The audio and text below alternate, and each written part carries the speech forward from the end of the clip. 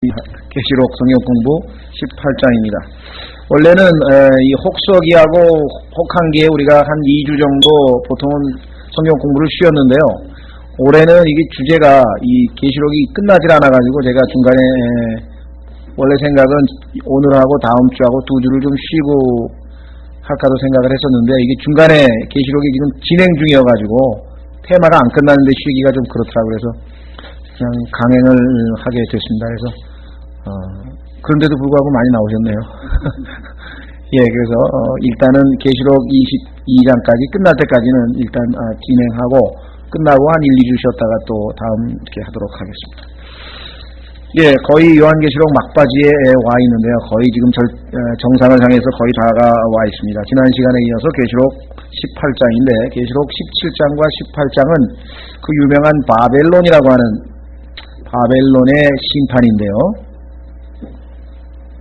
지난 몇 주간에 걸쳐서 우리가 이 바벨론에 대해서는 여러 가지 많은 것들을 이미 배운 바가 있었습니다. 그래서 바벨론이라고 하는 것은 님롯, 여러분 잘 아시는 것처럼 창세기 10장에 님롯이 바벨이라고 하는 왕국을 세우면서부터 시작이 돼서 그들이 당시에 홍수가 끝나고 난 이후에 사람들이 하나님의 심판에 대한 두려움으로 오직 여호와 하나님에 대한 신앙을 가지고 있었는데 이 사냥꾼 님롯이라고 하는 자가 사람들로 하여금 하나님에 대한 두려움을 점점 벗어나게 하고 또 사냥꾼이기 때문에 당시에 야생 짐승들로부터 이 사냥을 하면서 사람들을 보호하고 그래서 영웅으로 부상을 했다고 성경에도 암시를 하고 있죠. 용사가 되었고 아주 유명한 사람, 리나운이라는 유명한 사람이 돼가지고 당시에 이렇게 속담으로 아주 유명한 사람, 힘센 사람 님롯 이렇게 부를 정도까지 알려졌다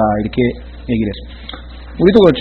옛날에 중국에서 항우 장사가 힘이 셌다고 그래가지고 우리도 걸핏하면 항우 장사라도 그런 일을 못한다 이런 식으로 쓰듯이 님롯도 그렇게 유명한 사람이 되었다고 성경에 기록을 했는데 그 님롯과 그의 부인 세미라미스가 창시한 비밀 종교, 그래서 이제 바벨론이라고 하는 종교고 그 본부가 바벨탑을 세웠던 바빌론이라고 하는 곳이기 때문에 이 바빌론은 성경에서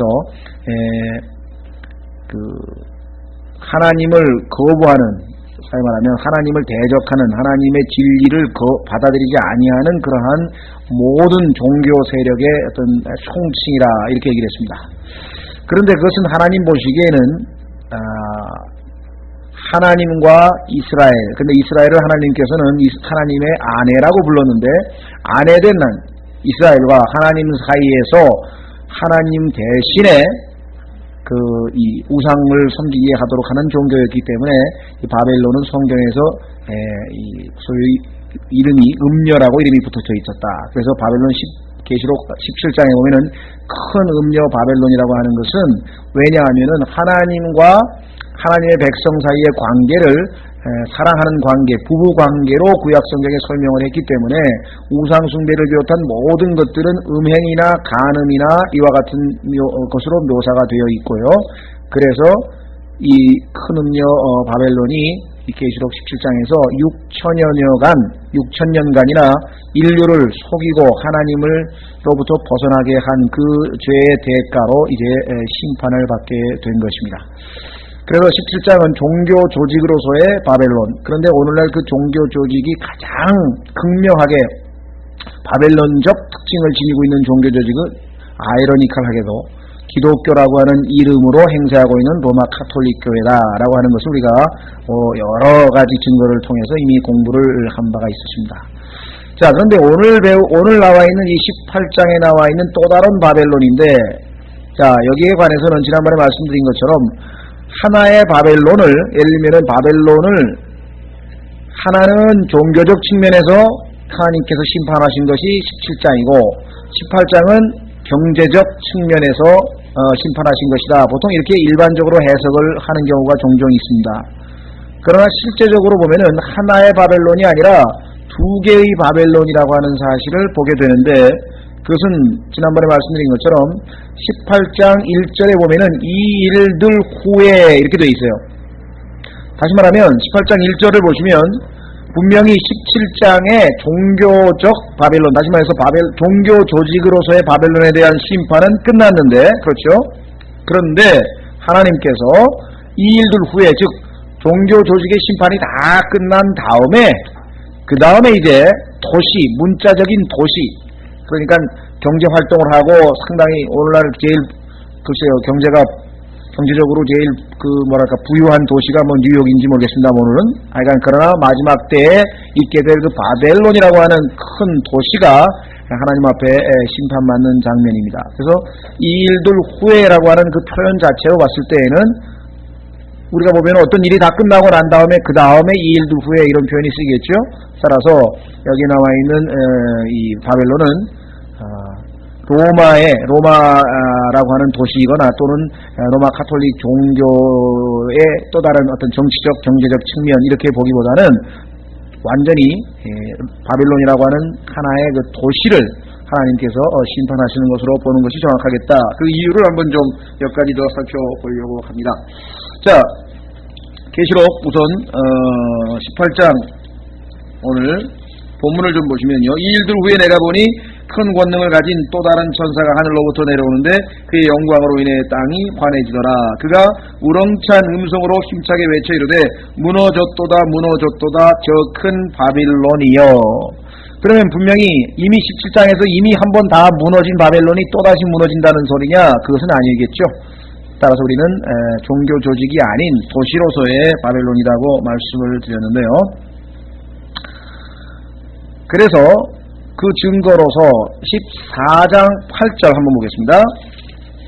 하나님께서 17장과 18장에서 구체적으로 두 바벨론의 멸망에 대해서 언급하시기 전에 이미 14장 8절에 바벨론의 멸망에 대해서 한번 언급이 되어 있었습니다. 또 다른 천사가 뒤따르며 이르되 무너졌도다 무너졌도다 저 큰 도시 바빌론이여. 이는 그녀가 모든 민족들로 하여금 자기의 음행으로 인한 진노의 포도즙을 마시게 하였음이라 하더라. 자, 그래서 7년 환란의 중간쯤에 이 종교 조직에 대한 멸망에 대한 언급이 있었습니다. 그런데 16장 19절에 가시면 다시 한번 바벨론에 대한 언급이 나오죠. 그런데 이번에는 일곱 대접의 마지막 대접, 다시 말하면 대환란이 완전히 끝나는 시점에서 다시 한번 바벨론의 멸망에 대한 언급이 나옵니다. 16장 19절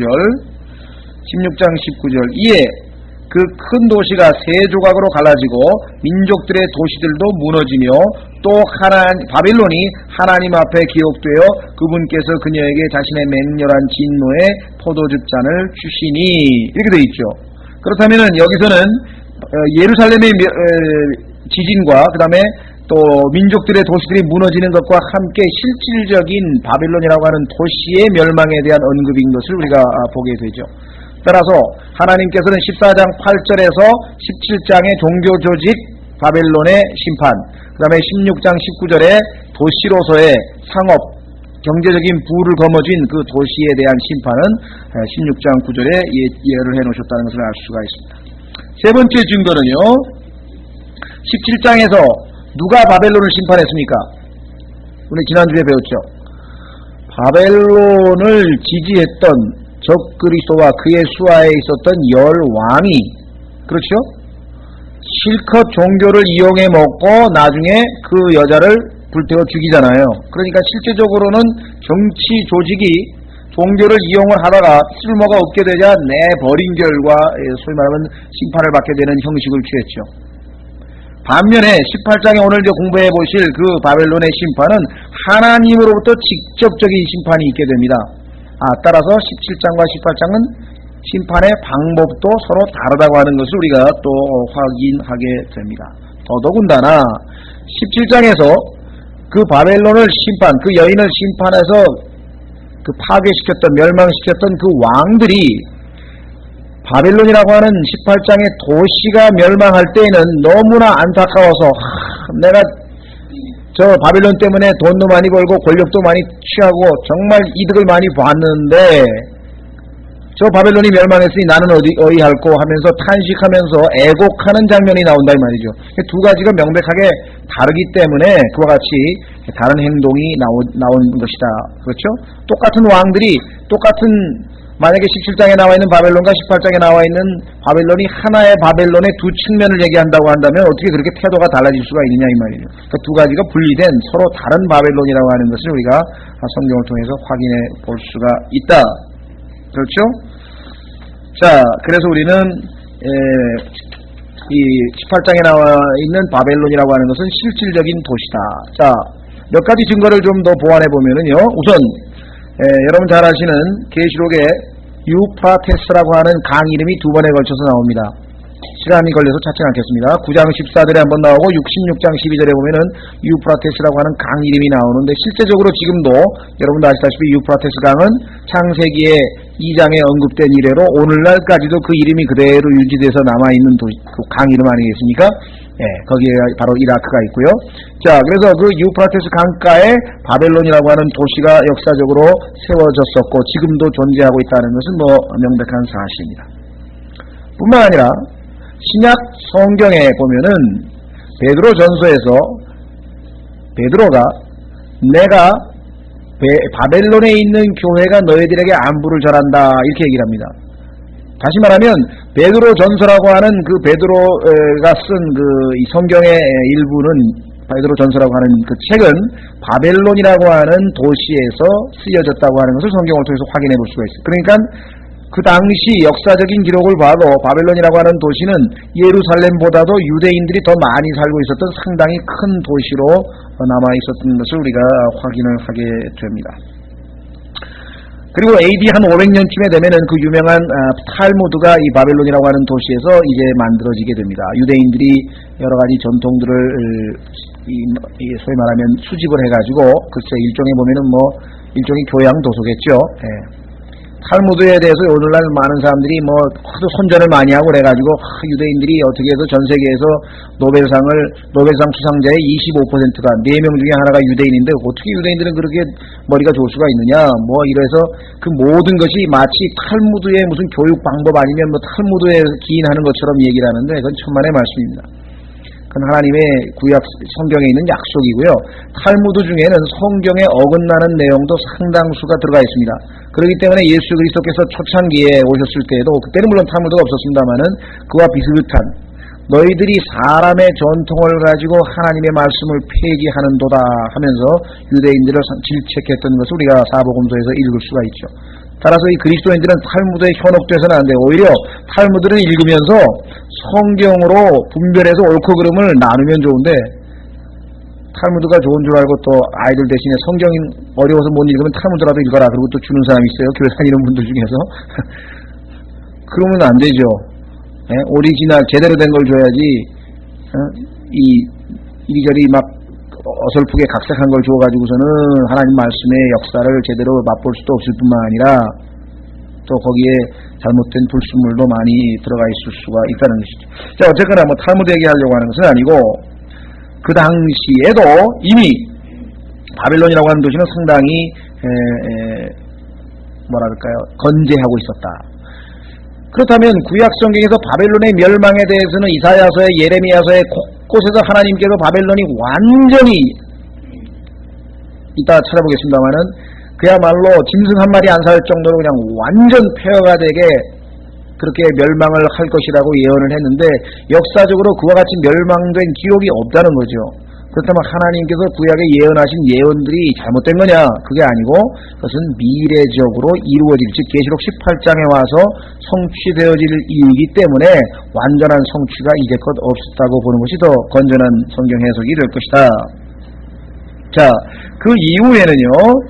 이 바벨론이라고 하는 도시가 그야말로 상당히 좀 위세를 잃고 소규모 아주 조그마한 마을 정도로 이렇게 전락하기는 했습니다. 그래도 여전히 사람이 살고 있었던 것이죠. 예. 자, 그래서 우리는 이 바벨론이라고 하는 것은 문자적인 도시로 보는 것이 좋겠다고 말씀을 드렸었습니다. 실제적으로 이 바벨론이라고 하는 용어가 구약 성경에 275번이 나옵니다. 구약성경에 바벨론이라고 하는 도시에 대한 언급이 275번이 나오고 신약성경에 12번에 걸쳐서 나오는데 단 한 번에 걸쳐서 지난번에 봤던 17장 계시록 17장 5절에 나와 있는 큰 음녀 바벨론이라고 해서 미스터리 신비라 그랬죠. 그러니까 신비의 바벨론으로 언급된 것은 계시록 17장 5절에 딱 한 번뿐이에요. 나머지는 다 실제적인 도시에 대한 언급인 것을 성경을 통해서 확인을 해볼 수가 있습니다. 자, 그래서 우리는 이 바벨론이라고 하는 것은 실제적으로 존재하는 도시다. 근데 문제는 어디에 생기냐? 그러면 지금 보니까 시기가 2000년, 지난번에 1999년 휴거가 1992년에 일어난다 그랬다가 또 1997년에 일어난다 그랬다가 또 1999년에 일어난다 그랬다가 지금 계속 안 일어나고 지금 연기되고 있는 판인데, 아니 누구든지 지금 2000년이면 종말이고 새 천년왕국이 시작이 된다고 했는데 종말 다 됐는데 바벨론 지금 있는 도시에 가보니까 이 쬐끄만 성경에 나와 있는 것처럼 그렇게 세상의 모든 왕들이 다 흠모하고 그 다음에 모든 상인들이 거기 가서 교역을 하고 그렇게 세계 최고의 무역항이냐 과연? 지금 현재 보니까 턱도 없다 이 말이죠. 그러니까 아무리 봐도 그 잘못된 해석이 아닌가 이렇게 생각을 할 수가 있습니다. 근데 왜 그와 같은 일이 생겼는가 하면은요, 우리가 이 이방인들의 달력, 다시 말하면 지금 현재 우리가 가지고 있는 이 달력을 기준으로 해서 성경의 연대기를 해석을 하다 보니까 문제가 생겼다. 실제적으로 유대인들은 360일이라 그랬죠? 이방인은 365일이고요. 한 달이 30일이고요. 유대인 성경에 보면은. 그리고 계산하는 방법이 저녁이 되고 아침이 돼야 하루예요. 그러니까 저녁 6시 해질 무렵부터 다음에 해질 무렵까지, 그러니까 저녁 6시부터 그 다음날 저녁 6시까지가 24시간 하루예요. 그러니까 우리 이방인들이 계산하는 것보다는 항상 6시간 빠르죠. 우리는 밤 12시가 돼야 24시, 즉 밤 12시가 돼야 그날이 이제 하루가 시작이잖아요.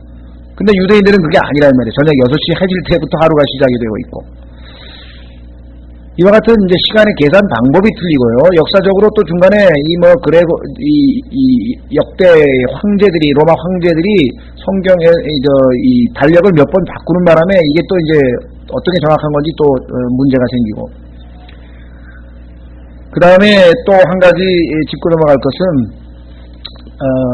우리가 이 2000년이라고 했을 때 그 서기 2000년이라고 하는 것은 이방인들의 계산 방법이라고 그랬죠. 그 다음에 한 가지 더 짚고 넘어갈 것은, 실제적으로 예수 그리스도께서 승천하셔서 가신 시점은 AD, 오늘날 달력으로 치면 AD 30년 아니면 29년입니다. 왜냐하면 예수님의 탄생을 BC 4년이라고 보는 지금 견해가 그래도 정확하다고 하니까. 그것도 물론 정확하지도 않지만, 그렇다면은 예수 그리스도께서 다시 온다고 한다면은 2000년 후에 오신다고 하면은 그때 계산해도 2029년 아니면 2033년이 돼야 되잖아요. 그러니까 예수님의 탄생으로부터 2000년을 계산한 것도 또 잘못 계산한 거고. 그렇죠? 이틀 후에 오시겠다 그러면은 오시겠다는 말은 뭐예요? 가셨으니까 오셨다는 말 아닙니까? 그럼 예수님이 가신 시점으로부터 치면은 2000년을 계산하면은 오늘날 달력이 맞는다는 가정하에 한다더라도 2029년 아니면 2033년이지, 이 계산 방법도 다 틀리고요. 그래서 우리가 그동안에 이 종말에 대한 애착, 빨리 주님이 오시기를 바라는 마음도 있었을 것이고, 이와 같이 종말에 대한 너무 지나친 집착 때문에 아전 인수격으로 성경을 해석한 것이 아닌가 이렇게 생각이 됩니다. 그래서 성경에 나와 있는 말씀을 그대로 일단 보자면은 우리는 이와 같은 시간 예측을 너무나 서두르지 않는다고 본다면 분명히 바벨론은 다시 건축이 될 것이다. 그러니까 새로운 강력한 국가로 다시 등장하게 될 것이다. 이렇게 예측을 할 수가 있습니다. 지난번에 우리가 이미 공부한 것처럼요, 이곳은요 바벨탑이 세워졌던 장소입니다. 마지막 때에 종교의 중심지가 예루살렘으로부터 이 바벨론으로 옮겨온다고 하는 것은 구약의 스가랴서에 예언이 되어 있었죠. 여러분들 납덩이 하나 달려있는 그 에바라고 하는 것이 스가랴서 5장에 나오고, 거기에 한 여인이 앉았는데 그 여인이 신할 땅, 즉 바벨론이죠. 신할 땅으로 옮겨가는 것을 우리가 알 수 있죠. 자, 그래서요 그 얘기를 여기서 지금 다 할 수는 없고요. 이미 우리가 그 주제에 관해서는 스가랴서에서도 공부를 해서 그것도 앞선 계시록 주제별 공부에서 이미 공부를 다 했기 때문에 자 그래서 마지막 이 땅에서 이 적그리스도가 자기의 파워 즉 권력을 사람들에게 과시하고 또 하나님의 백성들을 참수 목배임으로죠. 계시록 6장에 보면 목배임으로 마지막에 죽이게 되는데 여러분들 목배임 할 때 프랑스 혁명 때 보시면 아시지만 길로틴이라 그래가지고 위에서 칼이 그냥 쫙 내려와서 목배잖아요. 그때 목배일 때 어떻게 됩니까? 엎드려가지고 바닥을 내려다보게 돼 있죠. 그런데 그 바닥을 내려다보면 뭐가 있어요? 스가랴서 5장에 나오는 바스킷, 바구니가 있고 그 바구니에는 뭐가 들어가 있습니까? 납덩이에 여인상이 들어가 있잖아요. 그래서 열심, 다시 말하면 우상을 거부하고 그러니까 순교하려고 하는 자들은 죽는 순간에라도 그 여인에게 경배할 수밖에 없게끔 만드는 그런 잔인한 수법이 있다고 말씀을 드린 적이 있었습니다. 자, 그래서 정리를 좀 하겠습니다. 자, 그렇다면 한마디로 얘기해서 구약에 나와 있는 완전한 바벨론의 멸망에 대한 것이 역사적으로 한 번도 성취된 적이 없다 이것이라 그랬죠. 자, 이것을 우리가 다 찾아볼 수는 없고요. 한 구절만 찾아봐야 되겠네요. 이사야서 13장. 이런 구절이 너무나 많기 때문에 이사야서 13장에서 그 예언을 한번 좀 찾아보도록 하겠습니다.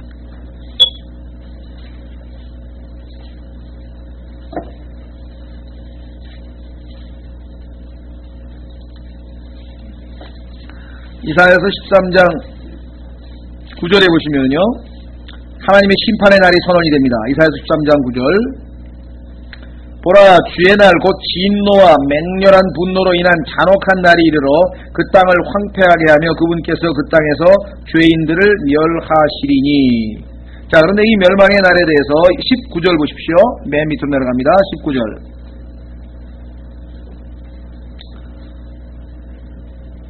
왕국들의 영광이여 갈대아 사람들의 빼어난 아름다움인 바빌론이 하나님께서 멸하신 소돔과 고모라 같이 되리니 그곳에는 결코 사람이 살지 아니하겠고.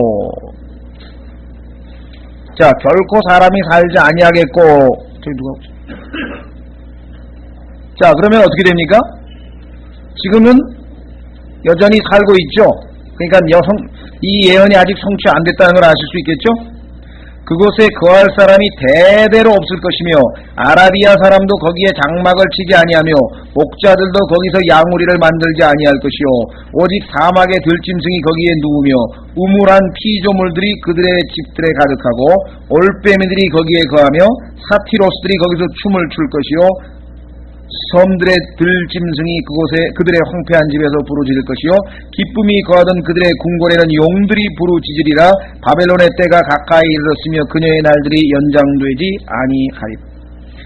이와 같은 완전한 멸망에 대한 기록들이 성경에 많이 있다. 따라서 이것은 하나님께서 예언을 잘못한 것이 아니라 그런 역사적으로 이루어지지 않았다는 얘기는 이것은 미래적 성취고 그것이 바로 계시록 18장에 자세하게 묘사되어 있다. 이 묘사가 예레미야 51장에 되어 있는데 예레미야 51장을 한번 읽어보시고 계시록 18장을 읽어보시면 그 두 가지 멸망, 바벨론의 멸망의 묘사가 유사하다는 걸 알 수 있어요. 여기서 지금 다 읽을 수가 없으니까 표시를 해놨다가 예레미야 51장을 한번 다 읽어보시고 계시록 18장을 한번 다 읽어보시면은 두 가지가 거의 유사한 모습으로 묘사되어 있다는 것을 우리가 알게 된다. 자, 그 다음에 이 바벨론의 멸망에 대해서 시점을 구약에 보면은 항상 주의 날, 진노의 날이라고 했는데 주의 날, 진노의 날이라고 하는 것은 예수 그리스도의 재림과 환란의 맨 마지막 부분에 대한 성경적 표현입니다. 자, 우리는 이미 그 사실을 공부한 적이 있었습니다. 자, 그 다음에 이사야서 14장에 보면은요, 이것도 찾지 않겠습니다. 시간이 없기 때문에 일단 나중에 여러분들이 이제 테이블 다시 들으면서 좀 찾았으면 좋겠습니다. 이스라엘은 바벨론이 멸망한 후에 하나님으로부터 안식을 얻게 될 것으로 기록되어 있어요. 그런데 구약 성경에서 바벨론이 페르시아에 의해서 멸망을 당했죠.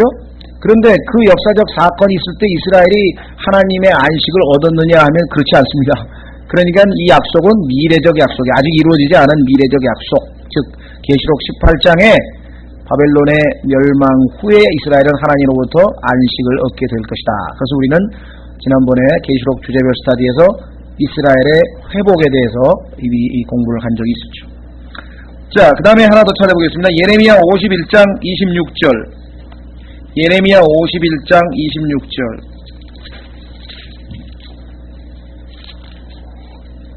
예, 아마 계시록을 처음 공부하시는 분들이 혹시 계시다면은 좀 어려우실 거라고 이미 말씀을 드렸는데요. 그럴 수밖에 없는 것이 성경의 계시록은 66권 성경의 결론에 해당되는 것이기 때문에 65권에 대한 충분한 내용을 숙지하고 있지 않으면은 사실 좀 굉장히 어렵다고 말씀을 좀 드렸었습니다. 그래서 이왕 앞부분이 충분히 공부가 잘 안 되시는 분들이라 하더라도 일단 한번 들어두시고 하나님의 방법은 여기서도 조금 저기서도 조금 또 반복해서 공부하는 것이 좋거든요. 그래서 일단은 구약의 특히 예언서 부분은 상당히 어려운 내용들을 우리가 자꾸 찾다 보니까 처음 오신 분들에게는 좀 이거 좀 너무 어려운 게 아닌가 또는 얼떨떨 하실지 모르겠습니다. 그러나 이제 여기 계신 분들이 원래 쭉 그동안에 우리가 약 4년 가까이 성경을 쭉 공부를 해왔기 때문에 이제 이 결론에 대한 공부를 지금 와서 이제 하게 된 거거든요. 그러니까 그동안 이제 누적 공부된 그런 것들이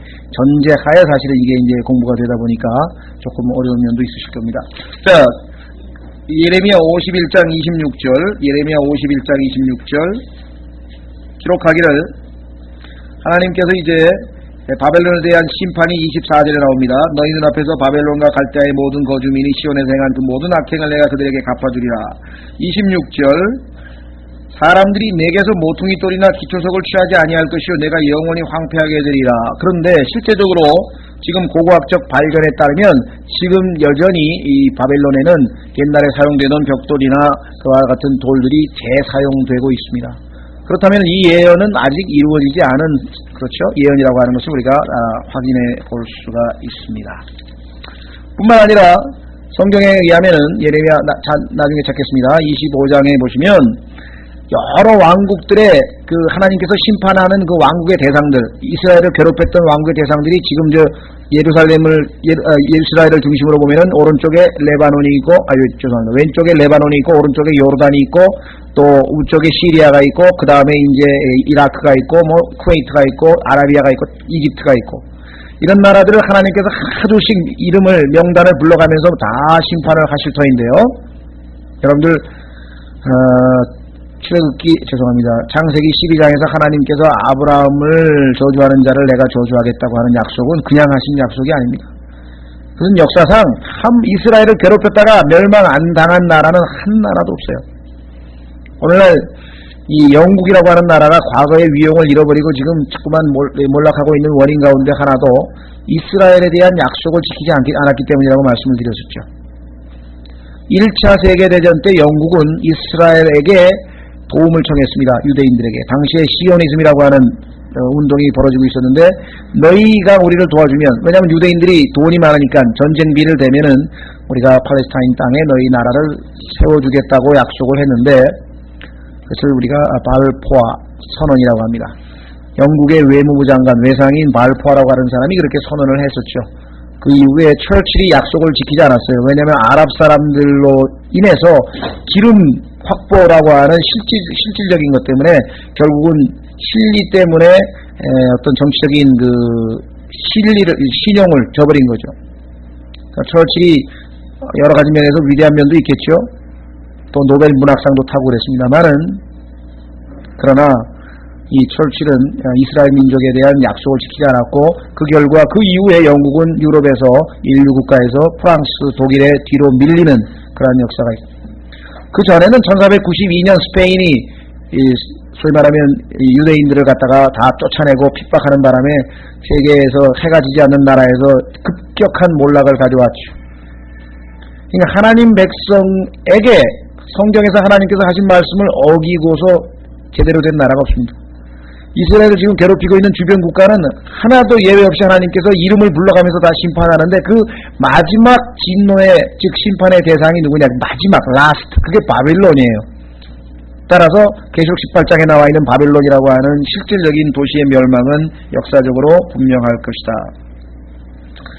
자, 그래서 우리는 조금 길지만 상당히 충분한 근거를 제시했는데요. 왜 이렇게 그러면 17장에 나와 있는 바벨론은 종교조직 바벨론, 그 다음 18장에 나와 있는 것은 실제적인 도시 바벨론, 그냥 그러고 좀 바로 성경 공부로 좀 넘어가지 뭐 이렇게 장황하게 얘기를 하냐.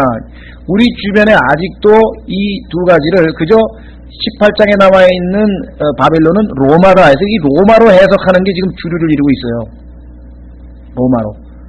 그러나 실제적으로 성경을 정확하게 해석하는 랄킨이라든가 무슨 존 필립스라든가 또 이 제임스 낙스라든가 이런 분들의 견해에 따르면은 실제적으로 충분한 근거에 의해서 이것은 바벨론이다. 실제적인 바벨론이다. 아까도 말씀드렸지만 성경 자체의 근거가 너무 분명하잖아요. 똑같은 바벨론의 멸망을 돕고 멸망시킨 장본인이 두 번째 바벨론이 멸망할 때는 안타까워서 애곡을 한다는 얘기는 이게 똑같은 바벨론이 될 수 없다는 게 너무나 분명하기 때문에 그것을 여러분들이 좀 충분히 이해하시도록 하기 위해서 좀 시간이 걸렸지만 보완 설명을 좀 드렸습니다. 자, 그러면 이제 18장 1절서부터 좀 공부를 해보겠습니다. 예, 계시록 18장 1절입니다. 계시록 18장 1절.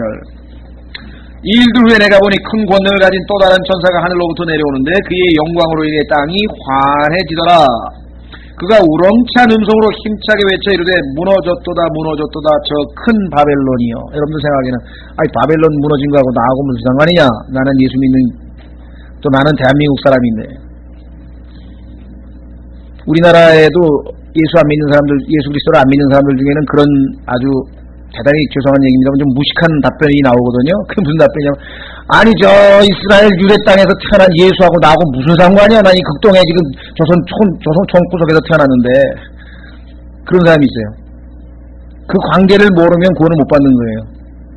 그저 예수 그리스도를 유대인의 한 메시아 정도로 아니면 유대인의 무슨 혁명가 정도로 아니면 이스라엘의 그래서 예수 그리스도를 믿는 사람들이 이스라엘 하니까 이놈들은 무슨 매국노 아니야? 이거 대한민국은 어디 가고 맨 이스라엘 얘기만 하냐고 그런 사람이 있어요.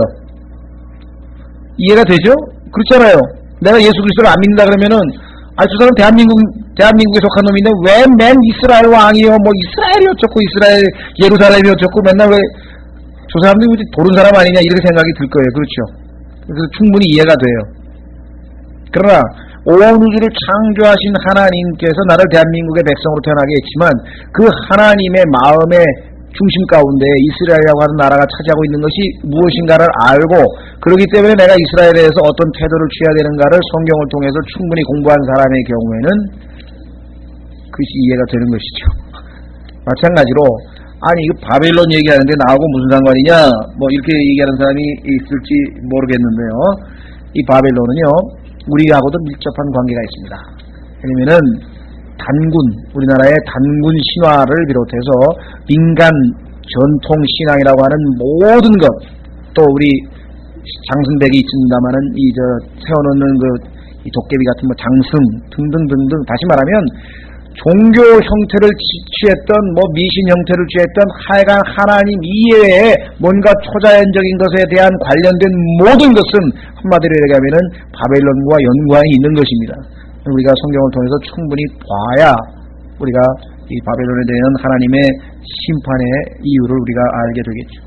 하나님을 제대로 믿고 하나님을 따르도록 하나님께서 원하셨지만 그것으로 하나님을 멀리하고 하나님을 알지 못하게 하는 방해하는 도구로 마귀의 도구로 사용된 속임수, 종교적 속임수 그것이 어떨 때는 철학으로 나타나고 어떨 때는 미신으로 나타나고 어떨 때는 신화로 나타나고 어떨 때는 그럴싸한 종교로 나타나고 이런 신앙의 형태로 나타나지만 그 전체를 총칭해서 성경에서는 바벨론이라고 합니다. 따라서 하나님께서는 여기서 우렁찬 음성으로 외쳐 이르되 무너졌도다 무너졌도다 저 큰 바벨론이요 마귀들의 거처가 되고 나오잖아요. 마귀들의 거처가 되고 하나님을 대적해서 사람들을 속였던 것은 마귀들의 영인데 마귀들의 거처가 되고 온갖 더러운 영의 요새가 되고 온갖 부정하고 가증한 새들의 집이 되었도다. 이는 모든 민족들이 그녀의 음행으로 인한 진노의 포도즙을 마셨고, 아까 말씀드린 것처럼 하나님을, 참 하나님, 성경에 계시되어 있는 참 하나님을 받아들이지 아니하는 모든 민족들은 여기 나와 있는 것처럼 이 음녀와, 다시 말하면 바빌론과 영적 간음을 저지른 것으로 성경에서 묘사했다 그랬죠. 그래서 여기 나와 있는 것처럼 기록하기를 그녀의 음행으로 인한 진노의 포도즙을 마셨고, 또 땅의 왕들이 그녀와 음행하였으며 땅의 상인들도 그녀의 넘치는 사치로 말미암아 치부하였음이더라 이라 하더라. 6,000년간 이루어졌던 모든 이 악행에 대한 하나님의 심판이 드디어 이루어지는 것이라고 하는 것을 알 수가 있습니다. 자, 그럼 여기에서 얘기하는 더러운 영이라고 했는데, 성경에서 이 더러운 영에 대한 이름이 여러 개가 나옵니다. 예수 그리스도를 믿는 우리들은 거룩한 영이신 성령께서 우리 안에 거하죠. 그러나 우리가 예수 그리스도를 믿기 전에, 성령께서 우리 안에 들어오시기 전에는 성경에 보면은 불순종하는 자들 안에서 역사하는 영을 따라서 우리도 살았었다. 그게 바로 이 더러운 영인데요. 한번 확인해 보겠습니다. 에베소서 2장 2절. 비록 이 세상에 있는 사람들이 나는 과학을 믿지 무슨 심령과학은 안 믿는다, 나는 영적인 거는 더더이 안 받아들인다, 그 얘기를 하는 것 자체가 이미 더러운 영에게 속아서 하는 거란 말이죠. 얼마나 역설적입니까? 나는 자연주의자다, 눈으로 보이는 것, 나는 실증주의자다, 나는 증명될 수 있는 것, 확실한 것, 과학적인 것만 믿지 무슨 뭐 보이지 않는 것, 종교나 이런 건 관심이 없다, 이렇게 얘기를 하는 사람들은 그 말을 하는 것이 더러운 영에 의해서 속아서 지금 하고 있다고 성경에서 얘기를 하고 있다. 참 성령께서 거하시면 그러한 모든 것들은 잘못됐지만 참 하나님, 성경에 계시되어 계신 하나님은 참 하나님이시다, 이렇게 고백이 나올 거라는 얘기죠. 자, 에베소 2장 2절을 보시면 기록하기를 지나간 때에는 너희가 그것들 가운데에서 이 세상의 행로를 따라 걸으며 공중의 권세 잡은 통치자를 따랐으니 곧 지금 불순종의 자녀들 가운데서 활동하는 영이라. 자, 그러면 더러운 영 중에는 첫 번째 불순종하는 자들, 우리는 복음에 순종한 자들이죠. 예수님을 믿었잖아요. 그러니까 불순종하는 자들, 하나님을 거부하고 있는 자들, 구원받지 못한 자들, 뭐 거듭나지 않은 자들, 뭐라고 표현하든지 간에 하여간 그들 안에는 자기들은 자기의 이성에 의해서, 자기들은 자기의 뭐 나름대로의 합리적인 생각을 가지고 결정을 하고 인생길을 가는지 모르지만 하나님이 보시기에는 불순종하는 자들의 안에는 더러운 영이 그들을 이끌어가고 있다 이 말이에요. 그래서 그들은 뭐 술을 먹든 뭐 춤을 추든 간음을 하든 뭐 별반 그렇게 크게 고통스러워하지 않네. 성령이 거하시는 사람들이야 죄에 대해서 민감하고 죄를 지면 고통스러워하고 하나님 앞에 자복을 하겠지만요. 자, 두 번째는 고린도전서 2장에 이 더러운 영의 이름은 세상의 영이라 이름이 붙어있어요. 세상의 영. 하나님으로부터 온 영이 아니고 세상의 영. 그래서 이 더러운 영이 성경에는 여러 가지 형식으로 나와 있다고 했습니다. 두 번째 한번 확인해 보겠습니다. 고린도전서 2장 12절.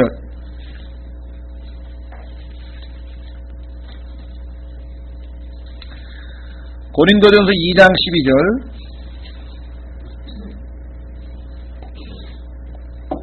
이제 우리가 세상의 영을 받지 아니하고 오직 하나님으로부터 난 영을 받았으니 이것은 우리로 하여금 하나님께서 우리에게 값없이 주신 것들을 알게 하려 하심이라. 그러니까 세상의 영을 가지고 있는 사람들은 성경을 백날 가서 읽어봐도 모른다 이 말. 안타까운 일은 성령을 소유하지 아니하고 즉 구원받지 못한 사람이 신학교에 가서 성경을 세상의 고문서 대하듯이, 마치 무슨 뭐 법률서 대하듯이 아니면 무슨 뭐 철학책 대하듯이 해가지고 공부를 해놓으면 그야말로 마귀에게는 큰 훌륭한 도구가 되는 거예요. 성경을 하나도 몰라요. 구원이 뭔지도 모르고, 그렇죠?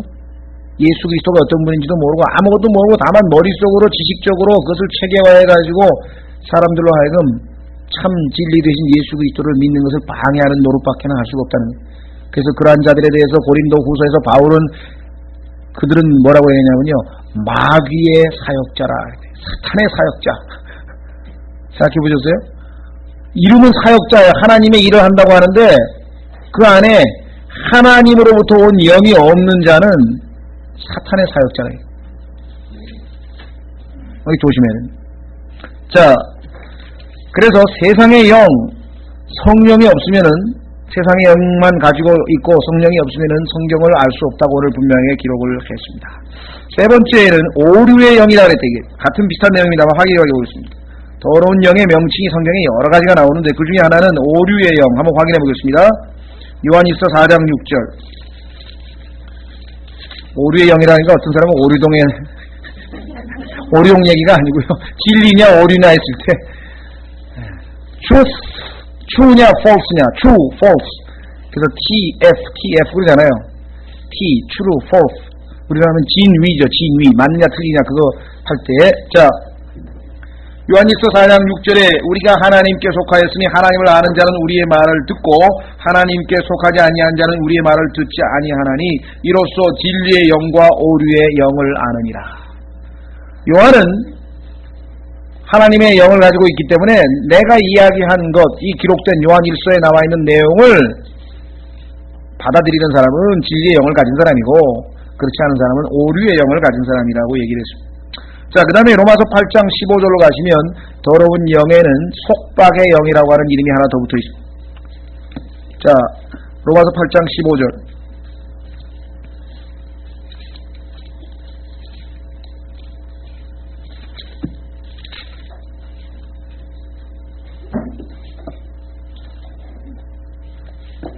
로마서 8장 15절. 이제 이는 너희가 다시 두려움에 이르는 속박의 영을 받지 아니하고 양자 삼으시는 영을 받았습니다. 성령은 양자 삼으시는 영이에요. 성령께서 우리 안에 들어오면요, 그 누가 안 가르쳐줘도 자동적으로 하나님을 보고 아바, 아버지라고 부른다. 아무도 안 가르쳐줬는데 자기 안에 계신 그 양자의 영을 우리가 받았기 때문에, 양자라 그러니까 그럼 친아들은 아니네 그런 분이 있는데 그건 교리적으로 그게 아니고요. 성경에서 양자라고 할 때에는 물론 친아들, 양자 그런 의미가 있고요. 두 번째는 친아들이 아버지의 상속권을 법적으로 인정받는 순간 그것을 양자라고 그래요. 법률적으로. 그러니까 성경에서 얘기할 때는 두 번째 얘기입니다. 친아들, 장아들 뭐 이런 얘기가 아니고요. 예. 자, 어쨌거나 우리로 하여금 하나님의 자녀가 됐기 때문에 성령이 안에 들어오면은 자동으로 하나님을 아버지라고 부른다 이 말이에요. 온 우주를 창조하신 분이 내 아버지라고 하는 것을 자동으로 알아요. 어떻게 알아요? 생명이 들어왔으니까 알죠. 생명이 들어왔으니까. 여러분들 여기 자식 키워본 사람이 키운 자식이 여러분들을 보고 엄마라고 부르고 아버지라고 부르고 가르쳐줬나요? 엄마라고 부르라고 가르쳐줬어요? 교육시켰어요? 생명이 있으니까 자동으로 아버지라고 부르고 아빠라고 부르고 엄마라고 부르는 거죠. 마찬가지네. 자, 속박의 영이란 무슨 뭐냐면 노예로 만든다 이 말이에요. 마귀는 우리를 노예로 부려먹습니다. 죄는 우리를 노예로 부려먹습니다. 성경에서 너희는 죄의 종이라. 예수 그리스도께서 말씀하시기를 너희가 진리를 알지니 진리가 너희를 자유케 하리라. 유대인들이 아니 나는 종이 아닌데 왜 나를 해방시켜준다고 나를 자유케 한다고 합니까? 죄를 짓는 자는 죄의 종이라. 하나님께서 보시면 이 세상에 있는 모든 인간은 죄의 종이요 마귀의 종이요 욕망의 종이요 미움의 종이요 음행의 음욕의 종이요 명예의 종이요 부의 돈의 종이요 다 종이에요. 거기서 완전히 자유함을 누리기 전에는 다 종이죠. 예수 그리스도를 믿는 순간 그들은 이 모든 속박의 영에서 벗어나서 이제는 아들의 영이 되고 종이 아닌데 물론 종인 종이지. 그러나 어떤 종입니까?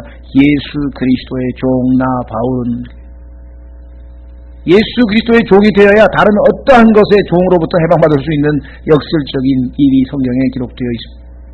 속박의 영이다. 그런데 성령은 뭐예요? 자유케 하는 영이에요. 그래서 고린도후서 3장에 뭐라고 기록했습니까? 주의 영이 계신 곳에는 자유함이 있느니라. 여러분 가운데 신앙생활을 강요하고 뭐 11조를 뭐 내라, 교회를 출석을 해라, 뭐를 해야만 한다, 뭐를 해야만 한다, 이렇게 얘기하는 거는 그건 성경을 몰라서 하는 거예요. 성령이 계시면 자유함으로 하는 거예요. 뭐 교회를 뭐 누구 오란다 그러고 안 가고 뭐 공부를 성경을 공부하라 그런다고 하고 뭐 하라 그런다고 하고 이건 이미 속박의 영입니까 그게? 예수 그리스도께서 여러분들에게 뭐 헌금 안 내면 뭐 어떻게 다 쫓아낸다 그랬어요? 그거하고는 전혀 상관없는 거라요. 모든 신앙생활은 자발적으로 기쁨으로 생명을 따라 영을 쫓아하는 것이지 육신적으로 이를 악물고 뭐 노력을 하고 막 그거하고는 전혀 상관이 없는 거예요. 누가 추운 겨울에 12월 29일 지금 망년회가 무르익고 있는 판에 멀리 차를 한두 시간씩 타고 여기까지 영등포 구석진대에 성경 공부하러 오겠습니까? 좋아서 오는 거죠? 억지로 오라고 그런 적 있습니까? 오는 분이 뭐 한 분이든 두 분이든 성경 공부를 하지만요. 두 분 이상만 되면 성경 공부를 하지만요. 누가 뭐 억지로 뭐라고 해본 적도 없고요. 자, 뿐만 아니라 고린도후서 11장 4절에는 또 다른 영이라 그랬어요. 또 다른 영이라는 표현이 나와 있네요. 자, 고린도후서 11장 4절. 그래서 이 더러운 영을 성경에서는 이와 같이 다양한 이름으로 부르고 있다. 고린도후서 11장 4절.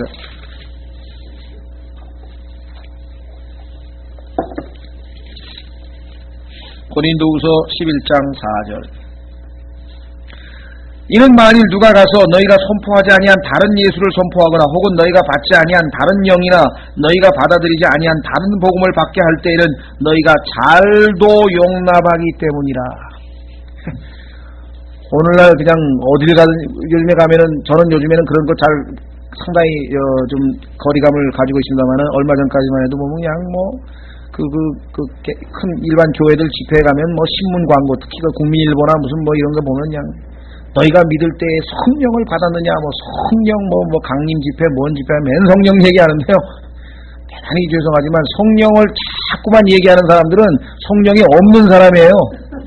성경에 그렇게 써 있다니까요.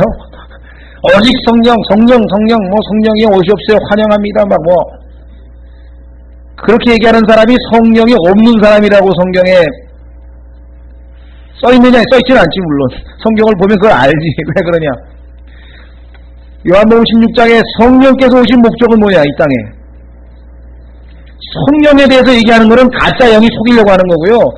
성령이 내 안에 역사하시며 성령 얘기를 안 한다 그랬어요. 뭐 예수 그리스도를 얘기한다 이 말이에요. 성령이 충만한 사람은 예수 그리스도 그리스도 예수 그리스도 예수 그리스도 주 예수 그리스도 그게 나와야 그 사람 이 사람 성령 충만한 사람이구나 그렇게 알지. 성령이 오십시오 뭐 아마 안 계시니까 오시라 그런가 본데 오십시오 환영합니다 아멘 할렐루야 오 성령이요 성령은 자기에 관하여 얘기하지 않는다고 성경이 있다. 성경을 아는 사람은 그런 사람들을 금방 보면 알아요. 성령이 없구나 구원 못 받았구나. 그럼 뭐예요? 자꾸만 받으라 그러니까 가봤는데 뭘 받았어요? 다른 영을 받았대. 다른 영. 여기 나와 있대. 다른 영. 다른 영을 받으면 그때부터 어떻게 하는지 아세요? 성령 충만. 성령. 계속 성령 얘기만 해요. 성령이 충만한 사람은 뭐예요? 그리스도. 예수 그리스도.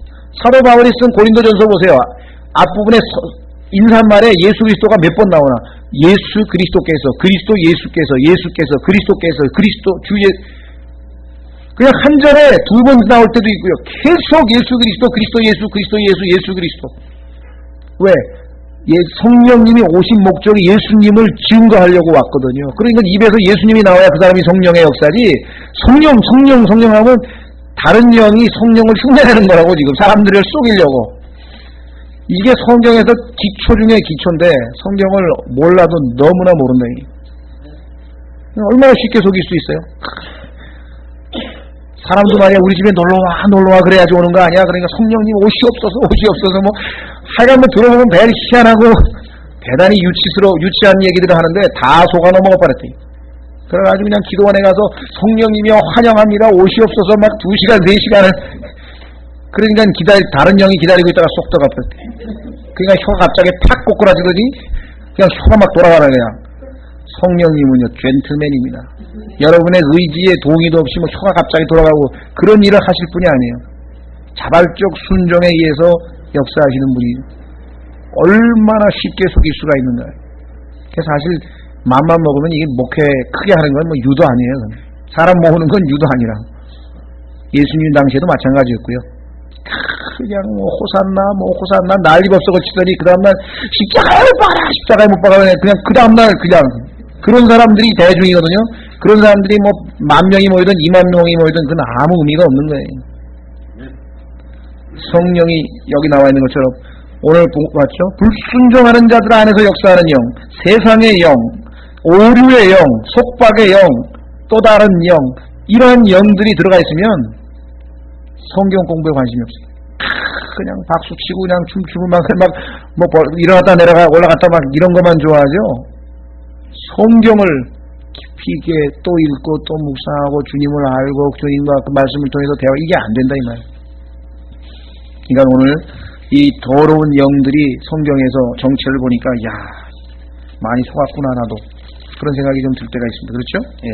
자, 그래서 오늘 18장 2절, 그가 우렁찬 음성으로 힘차게 외치르니 무너졌도다 무너졌도다 저 큰 바벨론이여 마귀들의 거처가 되고 온갖 더러운 영의 요새가 되고 온갖 부정하고 가증한 새들의 집이 되었도다 라고 성경은 이야기를 했습니다.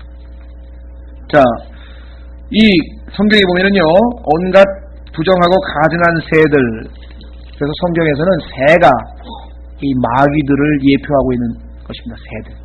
새들이 날아와가지고 곡식 다 먹죠. 또 과일도 다 쪼아 먹어가지고 까치 쫓느라고 정신이 없죠. 자, 그래서 우리는 구약성경 곳곳에 이 새들에 대한 얘기가 너무 많이 나오기 때문에 구약에서 한 구절, 신약에서 한 구절 한번 찾아보겠습니다. 예레미야 5장 27절 한번 보겠습니다. 예레미야 5장 27절.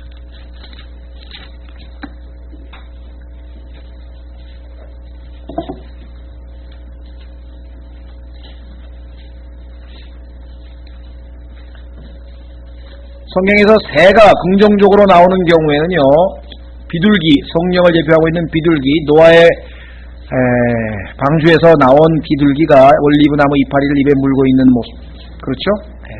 그 이외에 새들이라고 표현했을 때는 전부 다 이 마귀들과 연관이 되어 있는 것으로 나옵니다.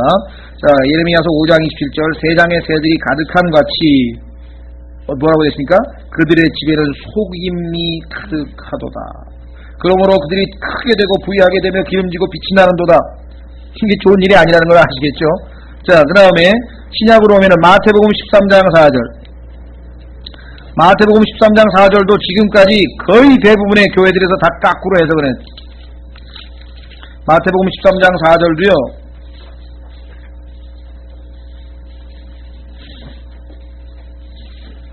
(13장 4절) 보십시오.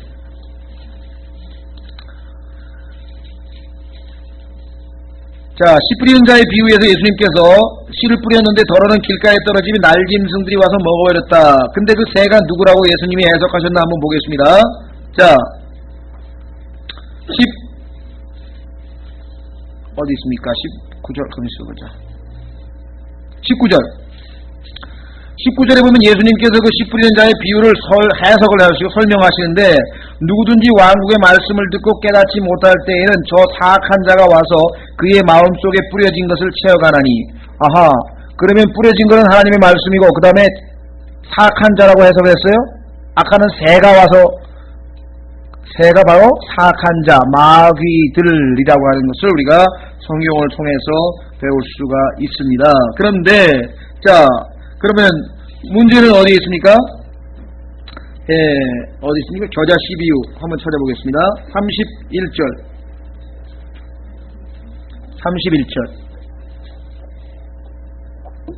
또 예수님께서 다른 비유를 들어 그들에게 이르시되, 하늘의 왕국은 마치 어떤 사람이 자기 밭에 가져다가 뿌린 겨자 씨 하나과 같으니 이것은 참으로 모든 씨 중에서 가장 작은 것이로되 자란 뒤에는 채소 가운데 가장 커서 나무가 되매 공중의 새들이 와서 그 가지에 깃들이느니라.